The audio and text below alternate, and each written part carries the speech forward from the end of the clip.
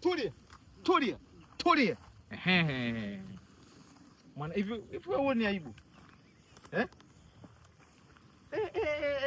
Mama. Mwenye mdogo ameshika container hata maji hamna. Uone aibu wewe.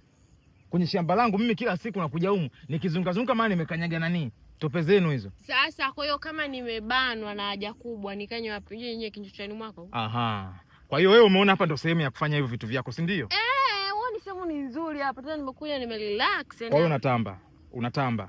Sasa sikiliza nikwambie. Wewe nataka uwe fundisho. Umeona hicho kitu hapa? Hicho nakichukua. Wewe hunyi mwaka mzima. Basi baba. Tulia. Wewe niko chini ya miguu. Wewe umesema umerelax hapa kwa shamba langu na relax. Mimi kuna miwa yangu, unajua watu wanalalamika miwa inachuma. Bana ana haja baba. Kama libano. Basi naomba unisamehe, samahani.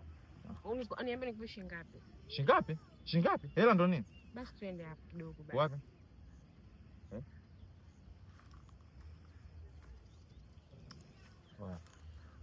Njoo kwa.